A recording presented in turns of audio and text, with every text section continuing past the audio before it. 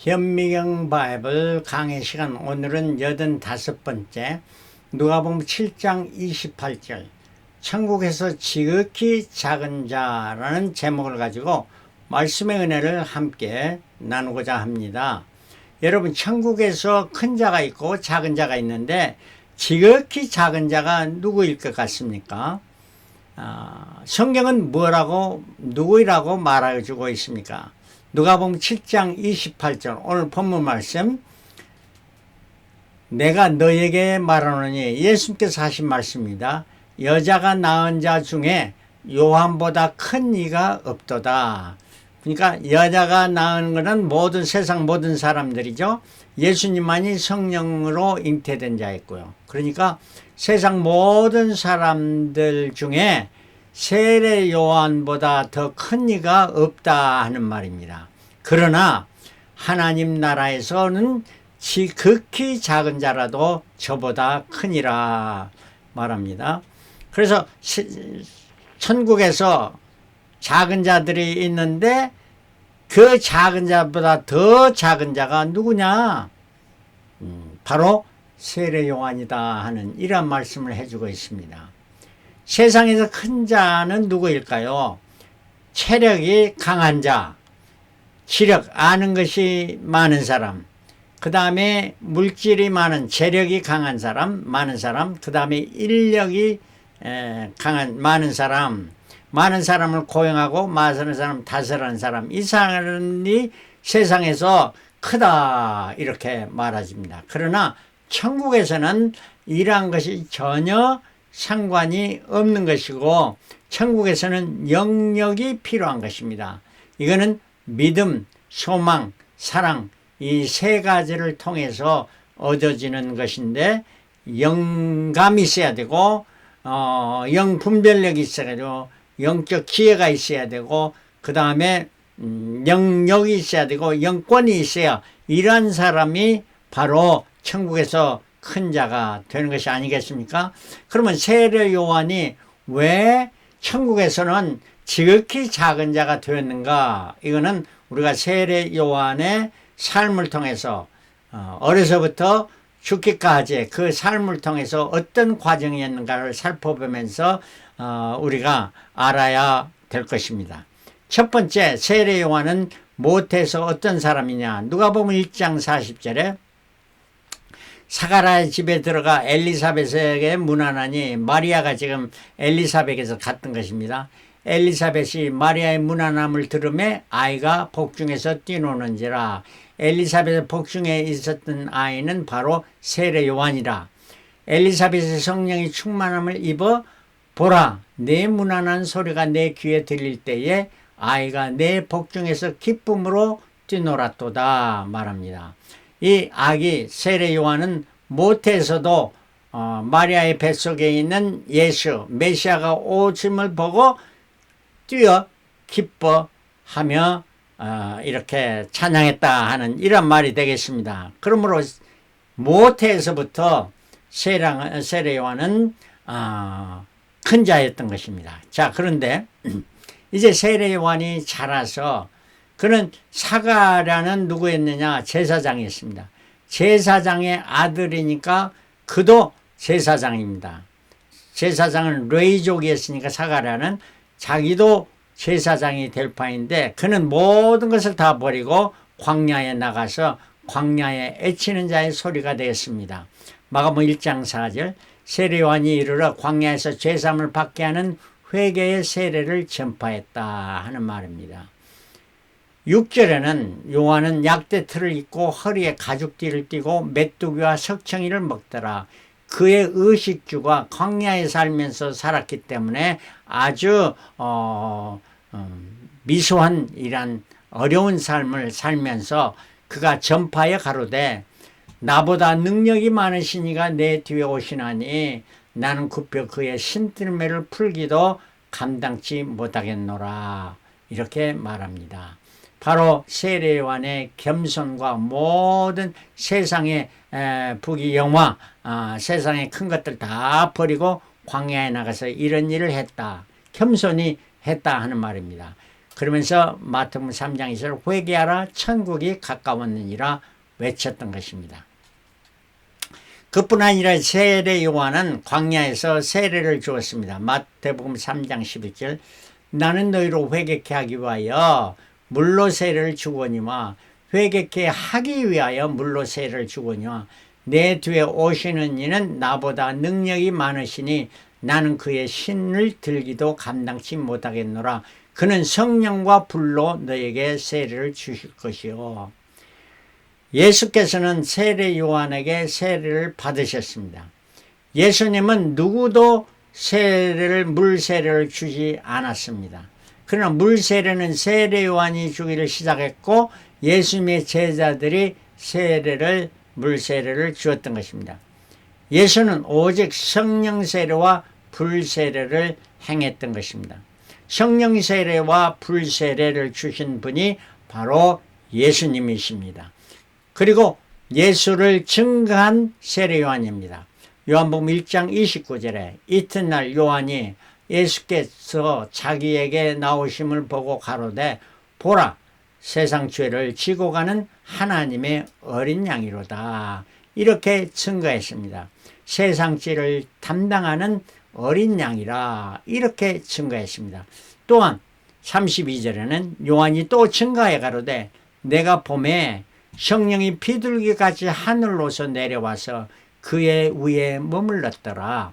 나도 그를 알지 못하였으나 나를 보내어 물로 세례를 주사 하신 그이가 나에게 말씀하시되 성령이 내려서 누구 위에든지 머무는 것을 보거든 그가 곧 성령으로 세례를 주는 이신 줄 알라 하셨기에 내가 보고 그가 하나님의 아들이심을 증거하였노라.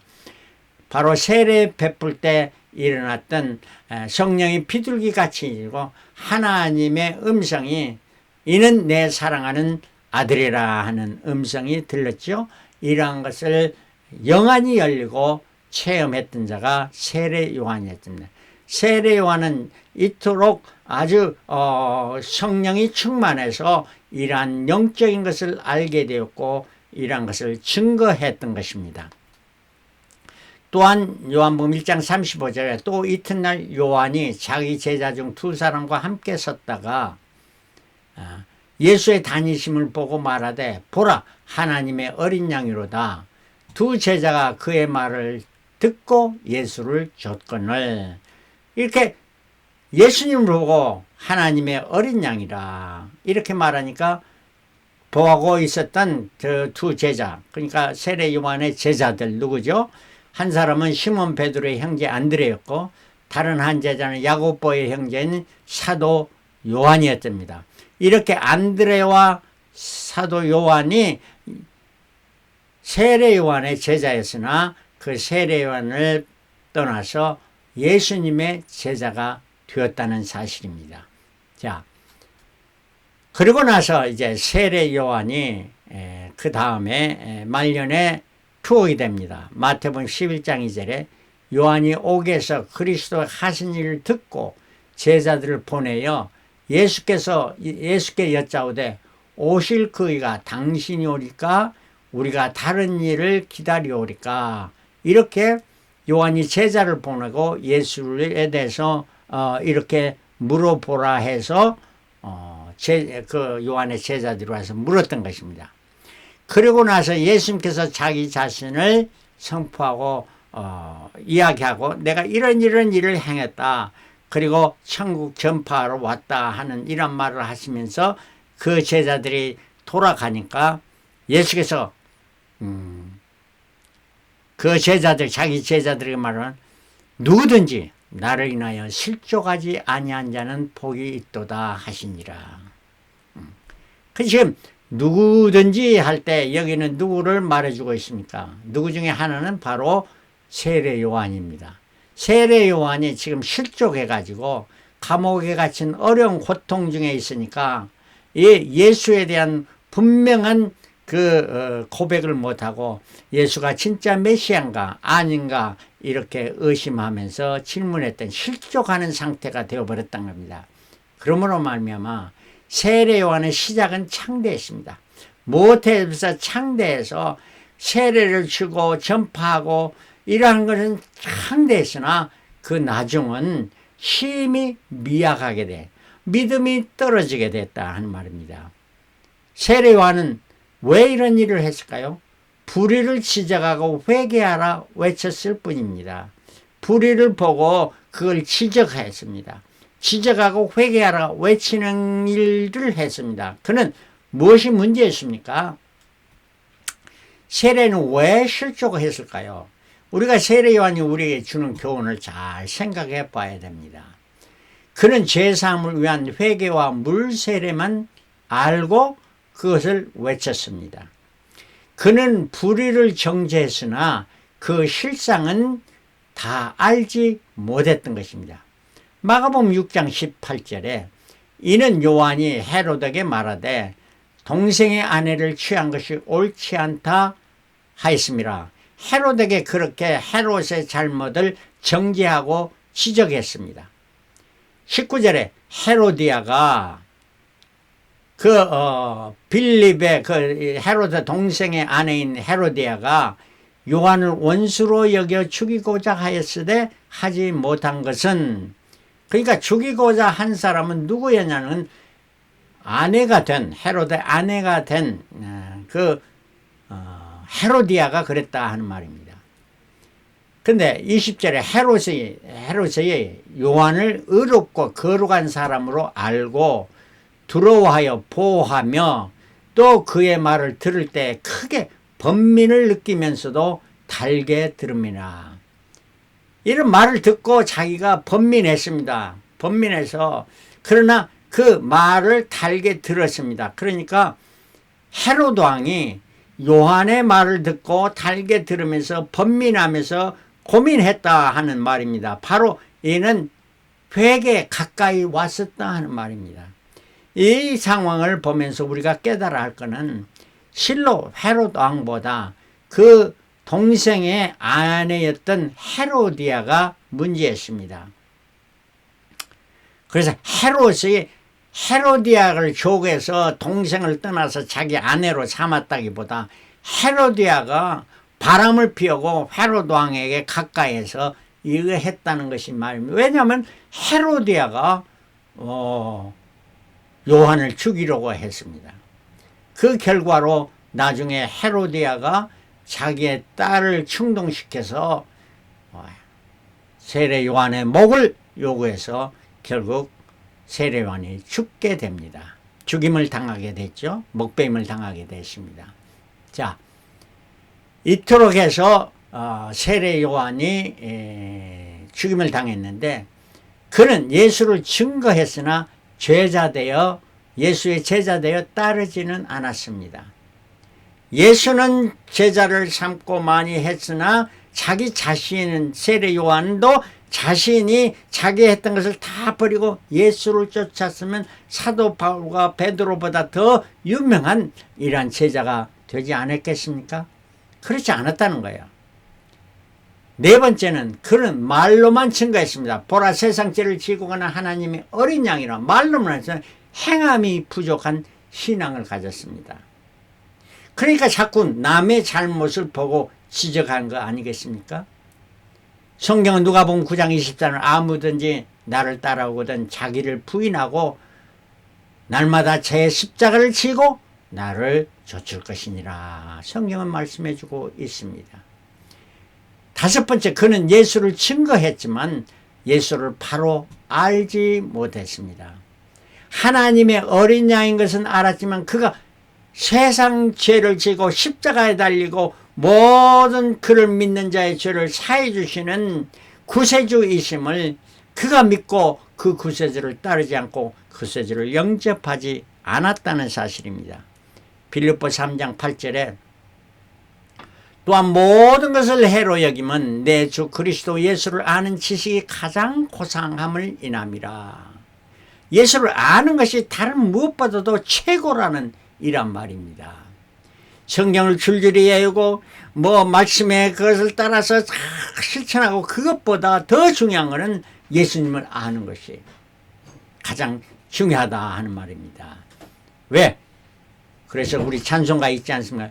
예수도 알기 원함은 크고도 넓은 은혜와 대속해 주신 사랑을 간절히 알기 원하네. 내 평생의 소원, 내 평생의 소원, 대속해 주신 사랑을 간절히 알기 원하네. 사도 바울은 예수 믿는 자를 잡아서 죽이는 이러한, 그래서 스데반을 죽이는데 참가했던 거 아니겠습니까? 이러한 자였지만 그 시작은 미약했습니다. 아주 악했습니다. 그러나 예수를 안고 다니 모든 것을 다 버리고 내가 그를 위하여 모든 것을 잃어버리고 배설물로 여겼다. 쓸데없는 배설물로 여기면 그리스도를 얻고 그 안에서 발견되려 함이니. 이렇게 해서 사도 바울은 그가 최고로 그 시작은 미약하지만 나중에 힘이 창대하는 삶을 살고 성경을 많이 기록했고 많은 사람을 예수 앞에 돌아오게 했던 사도 바울을 우리가 볼 수가 있는 것이 아니겠습니까? 그래서 우리는 세례요한의 삶을 살지 말고 사도 바울의 삶, 사도 베드로, 사도 안드레, 사도 요한의 삶을 살아야 되는 것이 아니겠습니까? 자, 이렇게 사는 것은 바로 믿고 바로 살아가는 것입니다. 성경을 잘 온 가장 더 구약의 핵심은 뭐냐? 미가서 6장 8절. 여호와께서 내게 구하는 것이 오직 공의를 행하며 인자를 사랑하며 겸손히 내 하나님과 함께 행하는 것이 아니냐. 하나님이 너에게 원하는 것이 뭐냐? 공의를 행하며 act justly. 그 다음에 인자를 사랑하며, 인자라는 예수님을 말하는 것이고 이건 mercy, 자비를 베푸는 것을 좋아해라, 사랑해라, love mercy. 그 다음에 겸손히 내 하나님과 함께 행하는 walk humbly with God, 하나님과 함께 동행하는. 사도 세례 요한은 act justly, 자기 자신은 의롭게 행한다고 의를 지적하면서 했지만 love mercy, 용서해주고 그 사랑으로 베풀어주는 이것이 부족했고 예수 그리스도의 성부 성자 성령 삼위일체 예수님이 그 하나님이신 그분과 함께 걸어가는 제자의 삶을 살지 않았던 것입니다. 그러므로 말미암아 우리는 중요한 건 love mercy, walk humbly with God. 마태복음 23장 23절에 똑같은 말씀 예수께서 인용하면서 화 있을지로 외식하는 서기관들과 바리새인들이여, 너희가 박하와 회양과 근처의 11조는 들이되 율법에 더 중한 바 의와 인과 신은 버렸도다. 그러나 이것도 행하고 저것도 버리지 말아야 할지니라. 이 말씀은 이러한 11조를 드리는 건 외적인 것입니다. 그러나 의와 인과 신은 내적인 거죠. 자, 진짜 의와 인과 신은 내적인 거예요.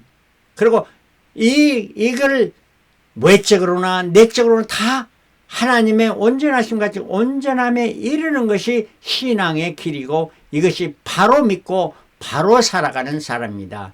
의, justice를 이루면서 인, 사랑으로 삶을 살고 무엇보다 더 중요한 건 사랑이죠. 그러다 믿음으로 끝까지 정절을 지키며 충성하는 자가 우리 주님 재림하신 날 작하고 충성된 종이라 말을 듣고 하나님의 높이 세우심을 받고 하늘에서 천국에서 큰 자가 되고 하나님의 예배하신 의의 면류관, 생명의 면류관, 영광의 면류관을 받아 누리며 예수 그리스도의 어린 양의 혼인잔치에 신부로 단장하게 주님을 맞이하게 될 것입니다.